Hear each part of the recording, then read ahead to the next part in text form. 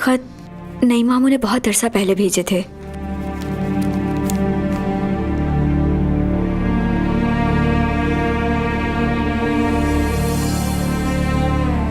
मेरा खुदा, मुझे तो यकीन ही नहीं आ रहा। भाई ऐसा कैसे कर सकते हैं? परेशान क्यों होती हैं आंटी? शायद तब हमारी मदद करना उनके बस में ना हो। मेरी अम्मी ने भी तो मजबूरियों के तहत ही आप दोनों को छोड़ा होगा ना। लेकिन एक बात तय है, मेरी अम्मी को आप सबसे उम्मीदें बहुत थी। हर वक्त आपका जिक्र करना, नई मामू की बातें करना, आखिरी लम्हे तक आप दोनों का इंतजार रहा उन्हें। अम्मी उस मदद का इंतजार करते करते चली गई जो कभी नहीं आनी थी। ये खुतूत भी उन्होंने मरने से कुछ दिन पहले ही मुझे दिए। मैंने बहुत सोचा इस बारे में। अगर मैं तब इस्तांबुल आती तो शायद आप सबसे नफरत करती। मुझे यहाँ पहुँचते हुए, खुद को संभालते हुए, आपको समझते हुए बड़ा वक्त लगा आंटी। मरते वक्त उनका चेहरा मेरे सामने आ जाता है। जाहिर है बहन भाई होने के नाते आप लोगों के कुछ हकूक थे, पर कोई बात नहीं। कभी कभी इंसान चाहकर भी अपनों का साथ नहीं दे पाता। कोई मसला नहीं, मैं आपकी मजबूरियां समझ सकती हूँ। आए चलें, मैं अपने मामू से मिलना चाहती हूँ। उसके बाद मैं यहाँ से चली जाऊंगी। बहुत शुक्रिया आपका। तुम कहाँ जा रही हो जूलिया? मेरी माँ और मेरी बहन के बाद सिर्फ तुम ही मेरे पास बची हो। मैं तुम्हें कहीं नहीं जाने दूंगी, तुम यहीं रहोगे।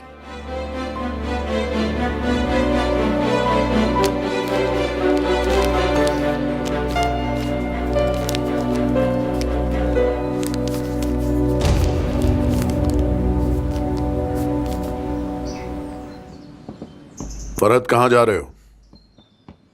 मुझे कोई काम है। आज हमें उन लोगों से मिलकर सारी डील फाइनल करनी है, कहीं गायब मत हो जाना। सही। फरहत बेटा, सुना है आसिल की भांजी आई हुई है। कहाँ है वो? मुझसे तो मुलाकात नहीं हुई। आसिल के कमरे में है वो। और ये अलहदगी वाली क्या बात है?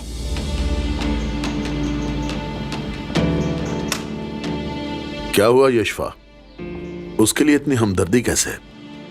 जानती हो जो जहां से आता है उसे वहीं वापस जाना पड़ता है। तुम फरहत को ज्यादा उलझाओ मत।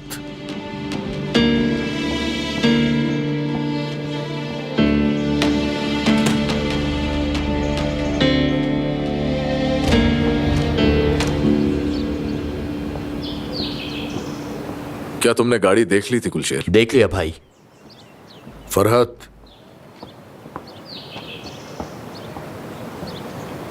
सिर्फ काम पे ध्यान दो,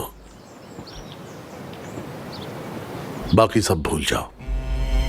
मैंने तुम्हें पहले भी समझाया था, ये सब करके तुम खुद पे एहसान करोगे बेटा।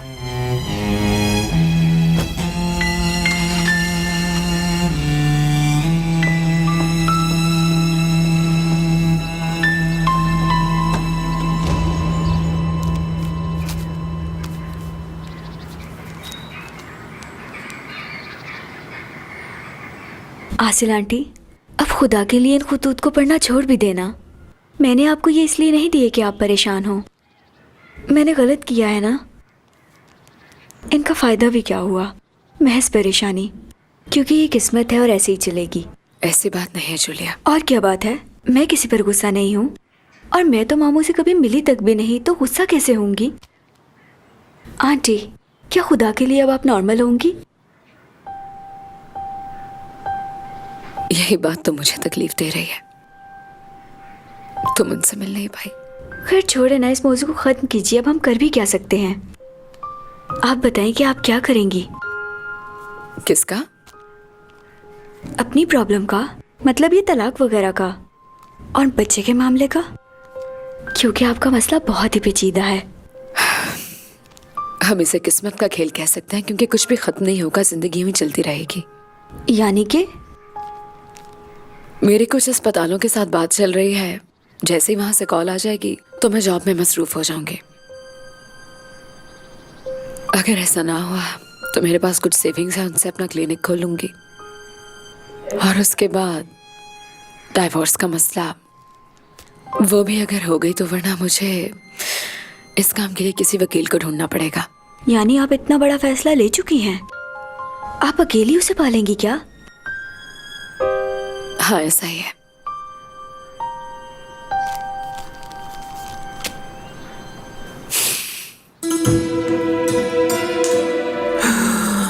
ठीक है, ये मेरी मदद करेगा। मैंने कहा था ना, आप यूनस पे भरोसा कर सकते हैं। मैं किसी पर भरोसा नहीं करता। शायद आप गलत लोगों पे भरोसा करते आए हैं, इसीलिए सोच बदल गई है आपकी। बहुत बोलते हो, लेकिन बोलने से पहले सोच लिया करो। सोचता तो हूँ, शायद इसीलिए हमेशा सच बोलता हूँ। आपको धोखा देने का मेरा कोई इरादा नहीं, क्योंकि अगर मैं ऐसा कर भी लूँ तो आखिर बचकर मैं जाऊंगा कहाँ? यूनस, मेरे पास तुम्हारे लिए एक इनाम है। कैसा इनाम? हाँ बिल्कुल, और मैंने उसे एक जगह पर छुपा दिया है। तो जरा सोचो, मैंने उसे कहाँ छुपाया होगा?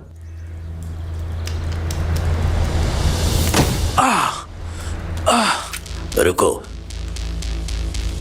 पहले इसे इनाम तो देखने दो। ले आओ पैसे, लाओ।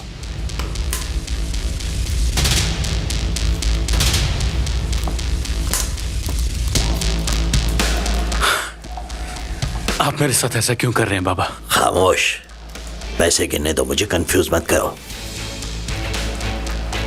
पहले इस 40,000 को अलग करते हैं। ये तुम्हारी कब्र पर खर्चा आएगा, महंगाई हो गई है।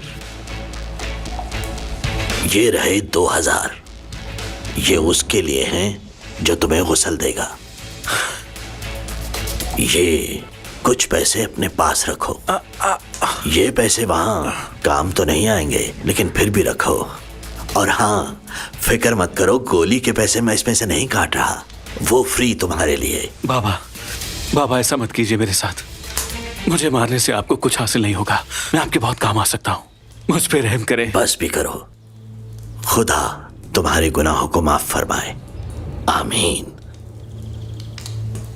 यूनस, एक बात तो बताओ मुझे, क्या तुम्हें सूरह फातिहा आती है? जी बाबा, आती है। ये तो अच्छी बात है। तुम्हारे मरने के बाद ऐसा कोई भी नहीं है जो तुम्हारे लिए सूरह फातिहा पढ़े। हाँ, ठीक कहा ना? तो पढ़ो फिर। जी पढ़ रहा हूँ। बिस्मिल्लाहिर्रहमानिर्रहीम, अल्हम्दुलिल्लाह रब्बिल आलमीन, अर्रहमानिर्रहीम, मालिक यौमिद्दीन, इय्याका नअबुदु व इय्याका।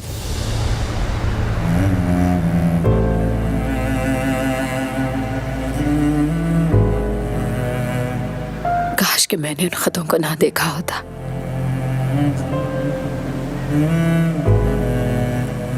बहुत कंफ्यूज हो गई हूँ, कुछ समझ नहीं आ रहा, और भाई की याद भी आ रही है। आप ऐसा मत कहें आंटी, मुझे भी पछतावा हो रहा है आपको वो दिखाकर। नहीं, ऐसा मत सोचो। बस उन खतों को पढ़ने के बाद उलझ गई हूँ।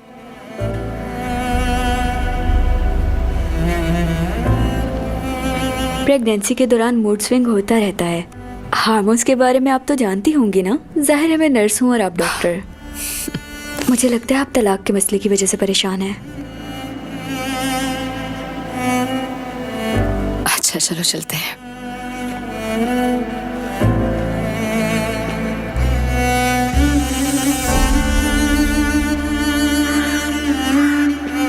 आ जाओ जूलिया, चलो आ जाओ।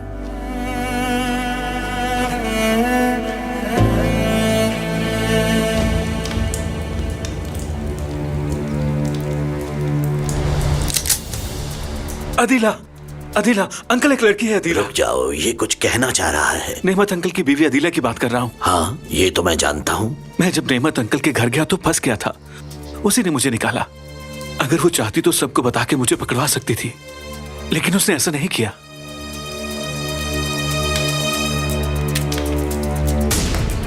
बोलो। इससे साफ जाहिर होता है कि वो भी नेमत अंकल की मुखालिफ है। औरत को समझना मुश्किल है और उसकी दुश्मनी से बचना चाहिए। वो कभी भी कुछ भी कर सकती है।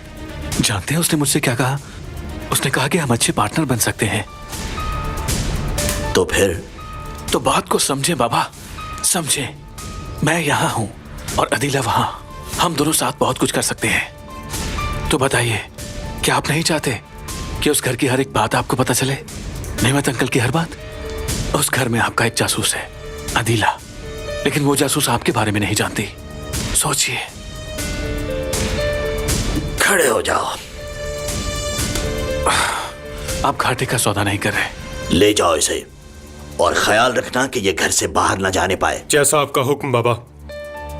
बाबा, अगर कब्र का प्लान पोस्टपोन हो गया हो तो ये पैसे मैं ले जा सकता हूँ? पैसे चाहिए? ठीक है, ठीक है, नहीं चाहिए मुझे पैसे।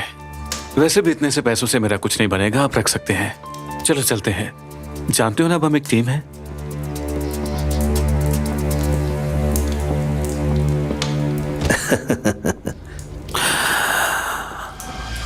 ओह,